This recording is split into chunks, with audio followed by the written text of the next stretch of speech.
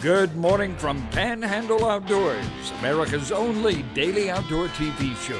Your source for fishing, hunting, and information for folks who enjoy the great outdoors. Now sit back, relax. It's Panhandle Outdoors. Good morning, folks. Welcome to Panhandle Outdoors in Winston, Chester. Glad you're here this morning. Got a big Friday show lined up, but first our weather brought to us by Haney Technical Center at the corner of Baldwin Highway 77. High today 84, low tonight 58. So it's getting into the 50s for the weekend, but not going to get much colder, about 54.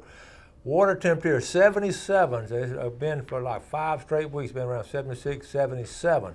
Now let's take a look at our tide chart brought to us by Kent, Forest Lawn and Funeral Home and Cemetery. We talked about it all week. Really nice tides. Really, the afternoon incoming tide is going to be some good fishing.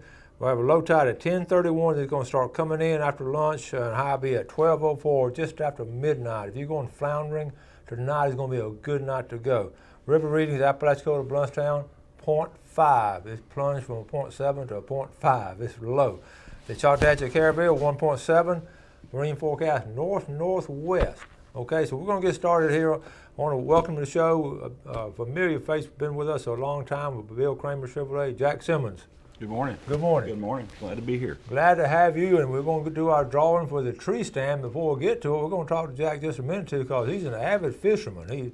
He loves to fish. So when's the last time you've been fishing, Jack? Well, we went Sunday. My son invited me with my grandson. We went fishing Sunday, flounder fishing out in the Gulf, and they did the catching, and I just did the watching. So I limited out on squirrel fish, but we had 4 nice flounder by the end of the afternoon, fishing with bull minnows and just out there drifting the buoys in the Gulf. It was a beautiful day, so yeah, we had a great time. Well, okay, really what about on the freshwater side? I know I get some good pictures. We show good pictures of what's going on in freshwater. Well, we were at Howard's Creek about 2 weeks ago with my sister-in-law-to-be, Georgine Helms, and we had about 50 nice fish by the end of the day.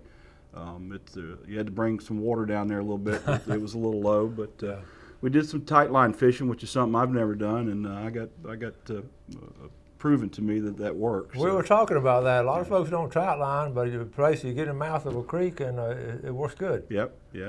She wanted a tight line fish, something that she'd done many times before, and in about 15 minutes she had 3 nice shell cracker and a catfish, and it was it opened my eyes a little bit. We had a good time. So all right. Well, how long you been with Mr. Kramer and them down there? Creeping up on 30 years. That's hard to believe. It is hard to believe. It goes by fast. And your son, who was in my class, I think last year before, wasn't it? But he's been there how long? Yeah, it was. It's been probably 10 years ago. He was in your class. I know. Yeah, he's been there. He's been there 8 years. He's the new truck manager down there, and he's doing real well. Okay, now if your viewers want to send some sympathy cards on occasion, run by because Jack's one of the biggest jobs he's got to do is keep these 2 guys, Daniel and Tommy Barnes, straight. That's a full-time job in itself. That in itself got to be a challenge. It is. So we got him come in today to do the drawing, and again, Bill Kramer's a big sponsor, of course, but this ad and this promotion is a good idea.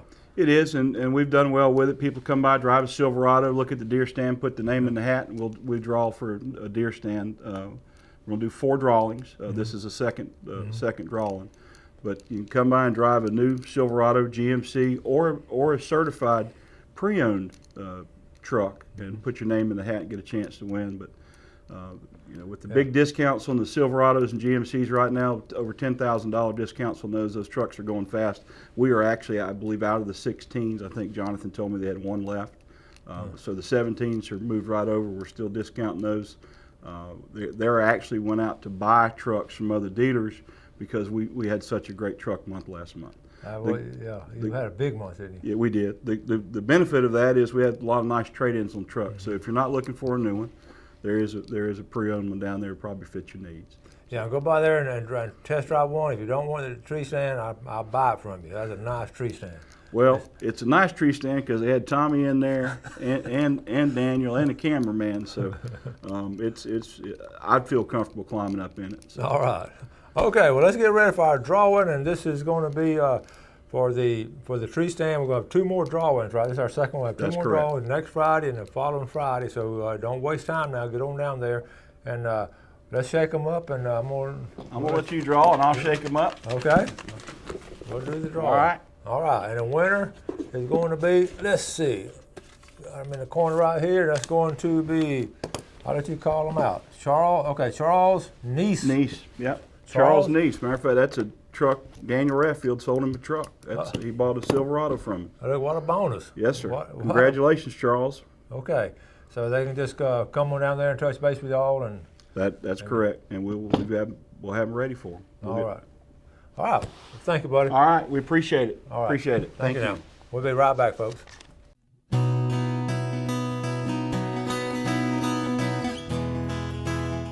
Okay, welcome back. Let's get started on our. We've only got a couple of pictures and a couple of important announcements. Now tonight, we're just getting word of this. I'm going to let you look on the screen here. This is from Bill Laminack, one of our big viewers and always watching out, a big fly fisherman. Wednesday, I just found about this Friday Night Fly Club meetup. If you can come join us, just at the Martin Theater tonight. Okay, doors open at 6:30, and here's what they're talking about. This is a fly fishing 2016 film tour. It's going to be down at the marina at the Martin Theater, and it's going to be from 6:30. Show at 7:30. If you're into fly fishing, this is something you really need to check out tonight, okay? And like I say, we're just getting word on this, so we're going to pass it on to you as a viewer. All right, a couple more quick pictures. Floundering, Brad and Nikki Richardson, right here. This is Halloween night. Instead of going trick-or-treating, they got their own treat. That's a nice mess right there. And tomorrow now, the Cartercraft Boat Show, we're going to talk about that in a few minutes, but it's going to be tomorrow from 9 to 4.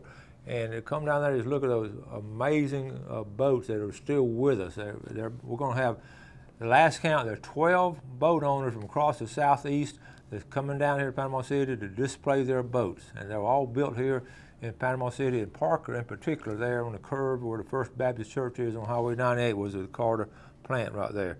I posted this on Facebook. Everybody got a kick out. I want to share it with you.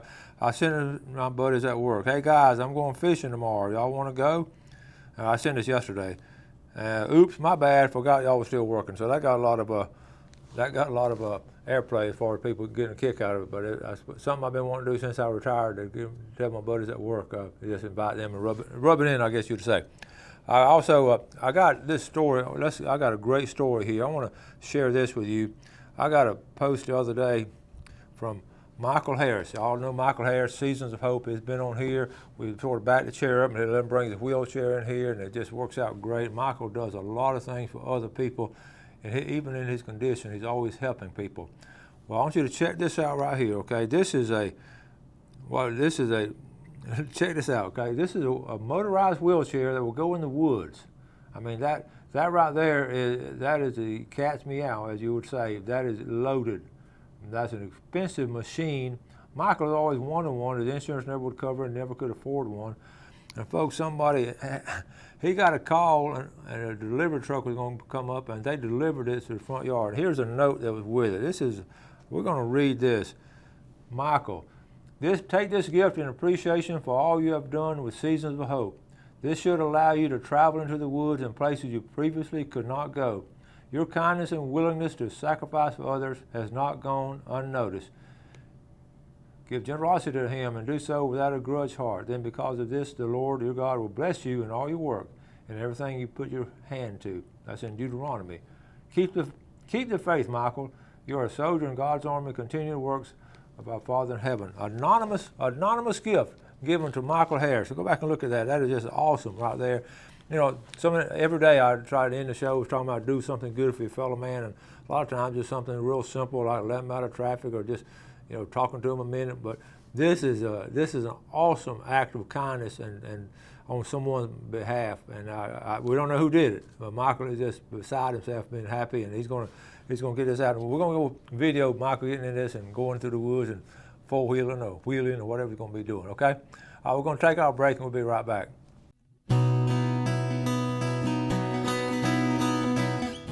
Okay, welcome back. Let's do a quick drawing. Before we get to drawing, let's do our fishing game times. I left them off in the first segment. Let's go and do them now while they're fresh on our mind. 3:59 to 5:59 this morning, and this afternoon we're looking at 4:24 to 6:24. So this weekend, look at the time this weekend. They'll be posted.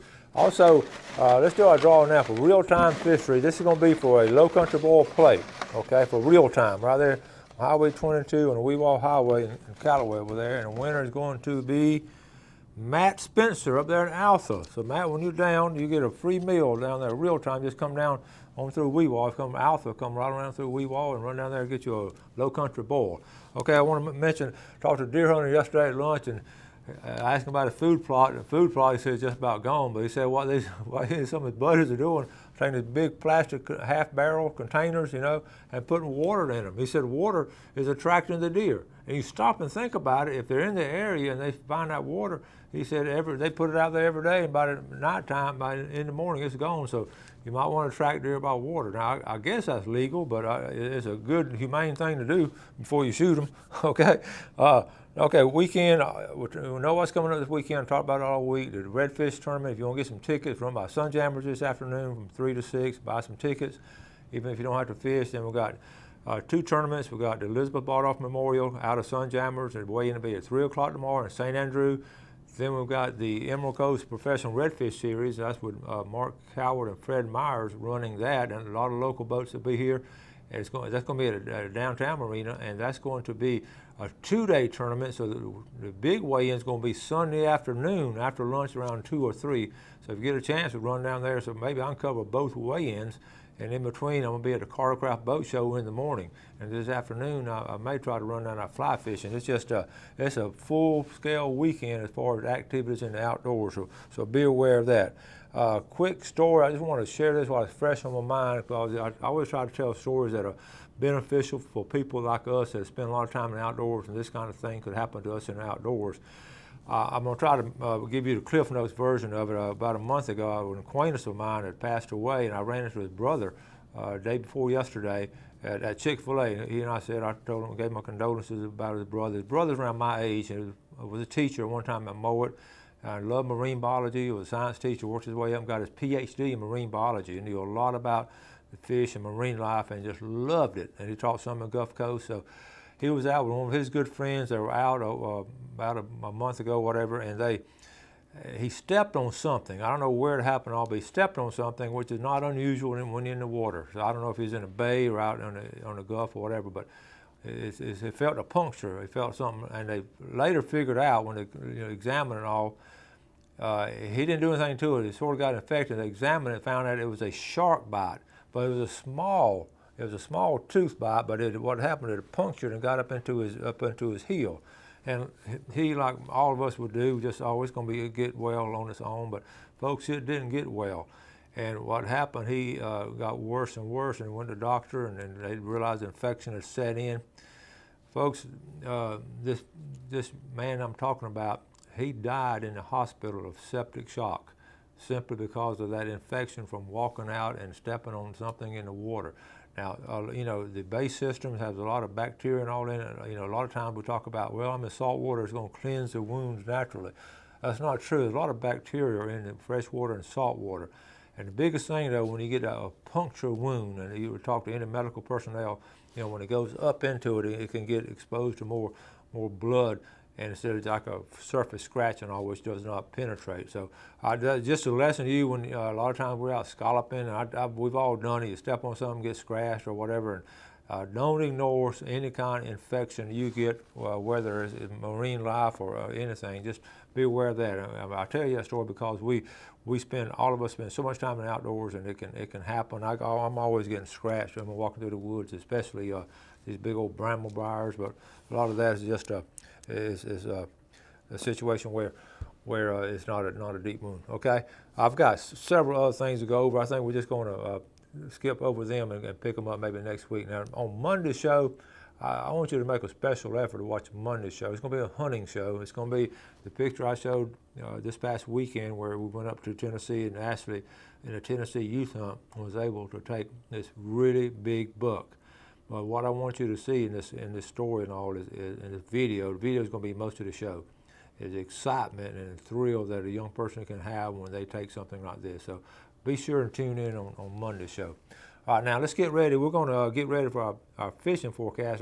I've called some people and all, got some really good fishing reports, and Ironically, last couple of days been slow, but the first part of the week was strong. So we're going to take a break, and we're going to get ready. When we come back, we're going to draw for Tarpon Dock Seafood and get our prizes from that. So let's go ahead and take a break, and we'll be right back.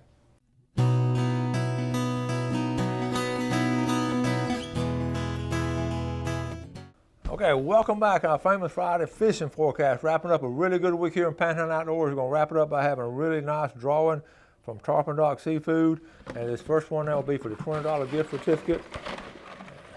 And that winner is going to be, pull us out of here, it's going to be Gene Bigger from up in Deer Point Lake. Okay, Gene Bigger in Deer Point Lake. And the winner of the Big Red Snapper is going to be, that was all folded up, so this is going to be a good one. I never got one in.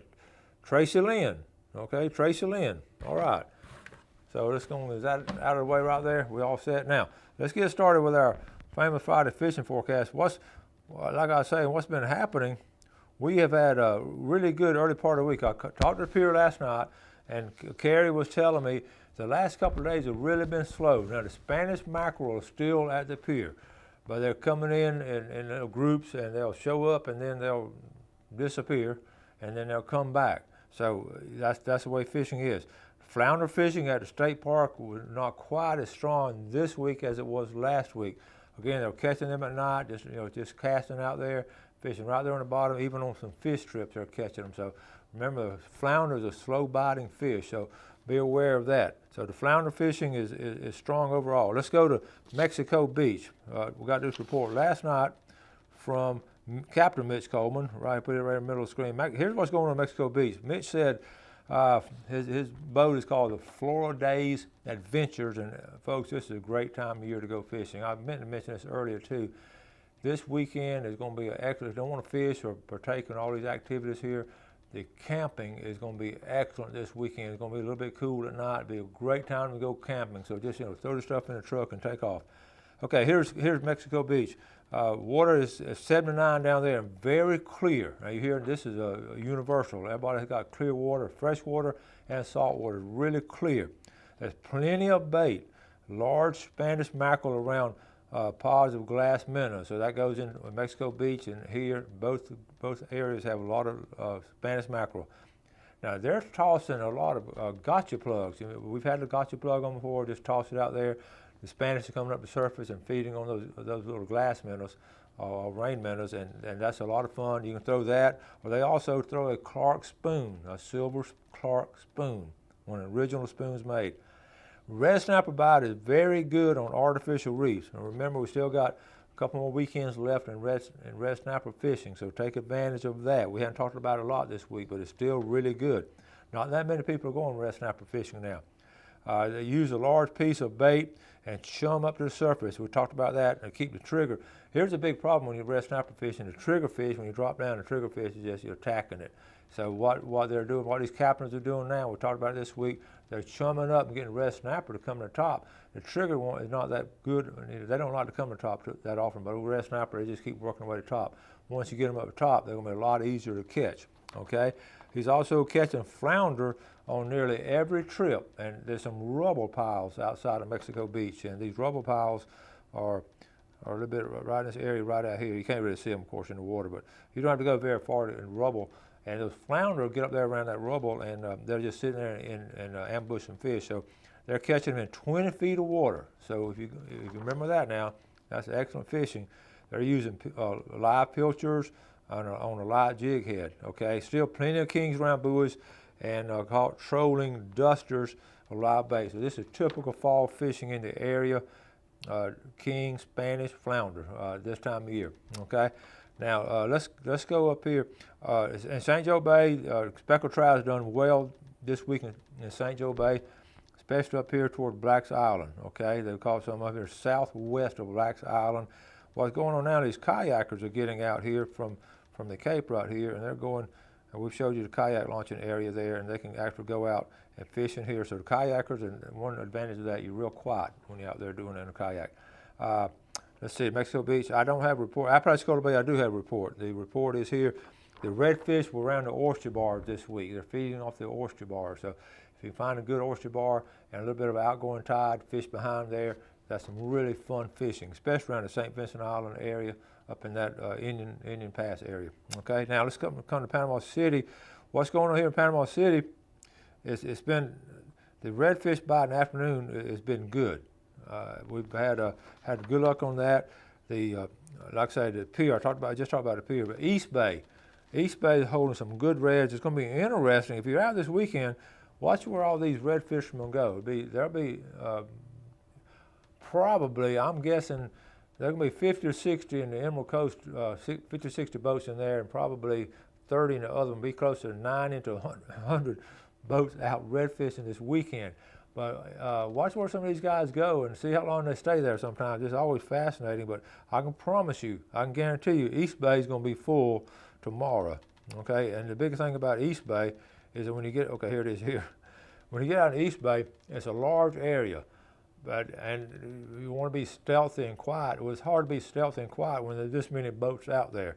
So what you're going to have to do is sort of bounce around and find your little area where you can fish where nobody's out there. But the top water bite was good in the morning, one morning this week, but the afternoon bite has been better. And a gold spoon and the swim baits. A lot of these guys are using the swim baits.